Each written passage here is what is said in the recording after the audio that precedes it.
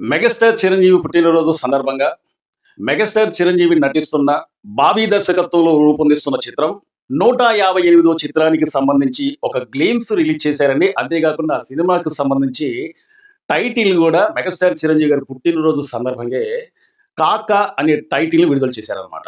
నేను ఆ గ్లిమ్స్ చూసినంత సేపు కూడా నాకు ఒక గ్యాంగ్ లీడర్ సినిమా చూసినట్టుగా నాకు అనిపించింది అనమాట.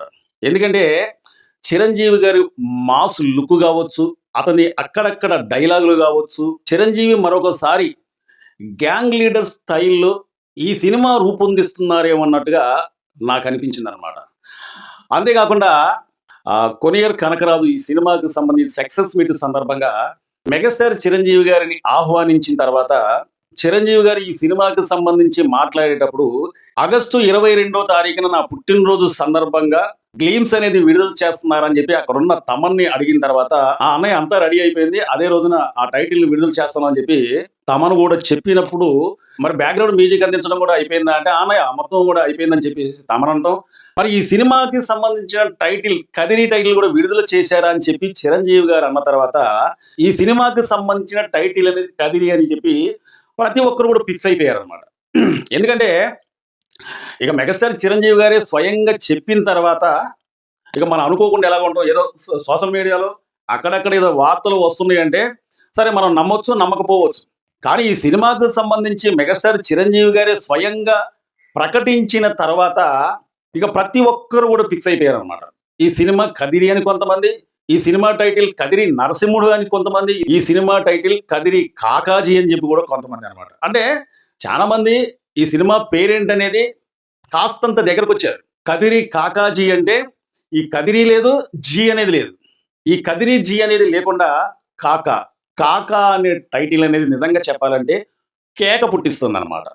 ఎవరు కూడా ఎక్స్‌పెక్ట్ లేని, ఇంతవరకు చానా రకాలుగా ఈ సినిమా టైటిల్ అనేది చాలా మంది అనుకున్నారు, కానీ ఎవ్వరు కూడా ఎక్స్‌పెక్ట్ లేదనమాట. ఈ సినిమా టైటిల్‌ని ఊరించి మెగాస్టార్ చిరంజీవి గారి బర్త్‌డే సందర్భంగా విడుదల చేశారండి.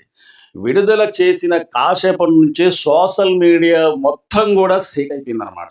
ఆ 'కాకా' టైటిల్‌తో నిజంగా కేక పుట్టించిందనే చెప్పుకోవచ్చనమాట. చిరంజీవి నటించిన బాబీ దర్శకత్వంలో ఇంతకు ముందు వచ్చిన 'వాల్తేరు వీరయ్య' సినిమాకి సంబంధించి మీకు గుర్తుందో లేదో, ఒక గ్లిమ్స్ విడుదల చేసిన తర్వాత కూడా సేమ్ ఇలాంటి గ్లిమ్స్ అనేదే ఆ సినిమాకి సంబంధించి కూడా గ్లిమ్స్ అనేది ఇలాగే ఉందనమాట. ఏదో పెద్ద సముద్రం, ఆ సముద్రంలో ఒక వాడ, మెగాస్టార్ చిరంజీవి గారు మాస్ డైలాగ్‌తో రగ్గం లుక్‌లో కానొచ్చిందనమాట. సేమ్ ఇక్కడ కూడా ఈ సినిమాకి సంబంధించి కూడా మెగాస్టార్ చిరంజీవి గారు కూడా అలాగే కానొచ్చారనమాట. నాకైతే మాత్రం గ్యాంగ్ లీడర్ స్టైల్‌లో చిరంజీవి గారు మళ్ళీ ఏమన్నా ఈ సినిమా ఒక రఫ్ అండ్ టఫ్ క్యారెక్టర్‌లో మెగాస్టార్ చిరంజీవి గారు మన ముందుకు కనిపించబోతున్నారేమో అన్నట్టుగా నాకనిపించిందనమాట. అంతేకాకుండా ఈ సినిమా అంటే కథ ఏ విధంగా ఉండబోతుందనేది నా అంచనా ప్రకారం ఏంటంటే, పర్సనల్‌గా నేననుకునేది ఏంటంటే, ఈ సినిమాలో ఖచ్చితంగా ఒక బ్యాక్‌గ్రౌండ్ స్టోరీ అనేది ఖచ్చితంగా నడిసే అవకాశం అయితే కనిపిస్తుందండి. ఎందుకంటే చిరంజీవి సినిమాలో ఒక గ్యాంగ్‌స్టర్ లాగా కనిపించవచ్చు. అంతేకాకుండా ఒక అల్లరి చేసే చిరంజీవిలాగా కూడా మరో పాత్రలో కూడా కనిపించొచ్చనమాట. అంటే ఒక్కడే చిరంజీవి ఉంటే ఉండొచ్చేమో కానీ, 2 రకాల విభిన్న పాత్రలో చిరంజీవి అంటే బ్యాక్‌గ్రౌండ్‌లో ఒక పాత్ర, మొదట్లో ఒక పాత్రలాగా కనిపించే విధంగా ఈ సినిమా ఉండబోతుందని చెప్పి నాకనిపిస్తుందనమాట. ఉదాహరణకు 'ఇంద్ర' సినిమా మనం తీసుకునేటట్టయితే, 'ఇంద్ర' సినిమాలో కూడా మొదటి స్టోరీ ఒకలాగా ఉంటది. అంటే ఒక నార్మల్‌గా అక్కడక్కడ కామెడీ పండిస్తూ, ఒక టాక్సీ డ్రైవర్ లాగా మాత్రమే కనిపించే అతని ఎనకాల ఎంత బ్యాక్‌గ్రౌండ్ అనేది ఉందో, ఆ సినిమా ఔట్‌బిల్ తర్వాత మనకు కానొస్తదనమాట. మరి తర్వాత కానొచ్చే పాత్ర ఏ విధంగా ఉంటదంటే, ఇక ప్రతి ఒక్కరు కూడా కుర్చీలోంచి, నాకు తెలిసినంత వరకైతే కుర్చీలో కూర్చొని చూసిన వాళ్ళు ఒక్కరు కూడా కనిపించలేదనమాట. ఆ డైలాగులు కావచ్చు, చిరంజీవి గారు రాయలసీమ బ్యాక్‌గ్రౌండ్‌లో ఉన్న స్టోరీ కావచ్చు, పవర్‌ఫుల్ క్యారెక్టర్‌లో చిరంజీవి గారు అత్యద్భుతంగా ఆ సినిమాలో గావించారనమాట. అంటే మొదటి పాత్ర కన్నా ఔట్‌బిల్ తర్వాత కానొచ్చిన పాత్ర మాత్రం ఆ సినిమాకి ఒక హైలైట్ అనేది చెప్పుకోవచ్చనమాట.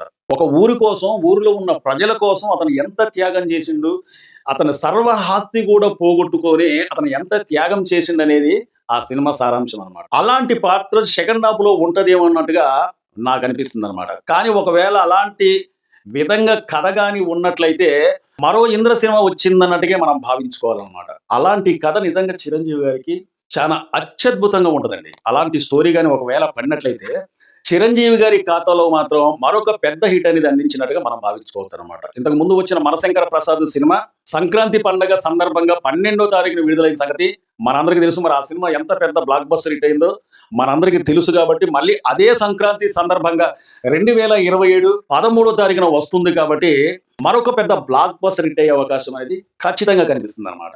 అంతేకాకుండా మెగాస్టార్ చిరంజీవి గారు ఈ వయసులో కూడా బ్యాక్ టు బ్యాక్ సినిమాలతోని మనల్ని అలరిస్తుందంటే మామూలు విషయం కాదనమాట. యువ హీరోలతోని పోటీ పడుతూ ఈ వయసులో కూడా అతను ఇంత స్పీడ్ మీద సినిమాలు చేస్తుందంటే ఆషామాషా విషయం అయితే కాదండి. అసలు నిజంగా చిరంజీవి గారికి ఇప్పుడు 71 సంవత్సరం వచ్చిందంటే ఎవరైనా నమ్ముతారండి? నాకు తెలిసినంత వరకు అయితే ఎవ్వరు కూడా నమ్మే ప్రసక్తి అనేది లేదనమాట. కొంతమంది మనకు తెలిసిన వాళ్ళు అక్కడక్కడ కాలుస్తాం 60, 62 లేదా 65 ఈ సంవత్సరాల లోపు ఉన్న వాళ్ళే ఈ బొగ్గలు మొత్తం కూడా వాలిపోయి ఈ కళ్ళ చుట్టూ కూడా ముడతలు పడిపోయి ముఖం కూడా మొత్తం కూడా ముడతలు వచ్చిన వాళ్ళు కూడా చాలా మంది మనకు అక్కడక్కడ కానుస్తూ ఉంటారు. కానీ నిజంగా మెగాస్టార్ చిరంజీవి గారు ఏ విధమైన డైటింగ్ చేస్తుండో, అతను ఆహారంగా ఏం తీసుకుంటున్నా నాకైతే తెలియదు. కానీ అతను డాన్స్ లో గ్రేస్ కావచ్చు, అతను ఫైట్ లో పవర్ కావచ్చు, అతను డైలాగ్ లో పంచులు కావచ్చు, ఏ మాత్రం కూడా నిజంగా ఇంకా పెరుగుతున్నాయి కానీ తరగట్లే. ఆ పవర్ అనేది ఇంకా పెరుగుతుంది కానీ ఏ మాత్రం కూడా తగ్గుముఖం పట్టినట్టుగా ఇంతవరకు కనిపించట్లేదు అనమాట. అసలు 71 సంవత్సరం వచ్చిందంటే నేనైతే నమ్మను అనమాట. ఈ మధ్య కాలంలో విడుదలైన మనశంకర వరప్రసాద్ సినిమాకి సంబంధించి ఉక్కు స్టప్పు అనే సాంగ్, అసలు ఆ ఉక్కు డాన్స్ ఏ విధంగా ఉందో మనం ఒకసారి గుర్తు తెచ్చుకుంటే నిజంగా మనకు కూడా ఊపు వచ్చేస్తుంది అనమాట. ఆ విధంగా డాన్స్ చేయాలని చెప్పి మన వల్ల కాదనుకోండి. అసలు ఆ వయసులో కూడా అతను కొంతమంది వెనకాల ఉన్న డాన్సర్లు, మంచి డాన్సర్లు, అలాంటి వాళ్ళను కూడా బీట్అవుట్ చేస్తూ నిజంగా వెనకాల ఉన్నోళ్ళు కావచ్చు, పక్కన ఉన్నోళ్ళు కావచ్చు, అక్కడ ఉన్న వాళ్ళని ఎవరైనా మనం చూసావా? ఎవరు చూడలేదు. మన 2 కళ్ళు కూడా చూసే మొత్తం కూడా చిరంజీవి గారిని. చిరంజీవి గారు నిజంగా స్టైల్గా ఆ కాలు ఇలా ఇలా ఇలా ఇలా ఊపుతూ, ఆ మొబైల్ ఇలా ఇలా ఊపుతూ అతను చేసిన డాన్స్ అండి మతి పోవాల్సిందే అనమాట.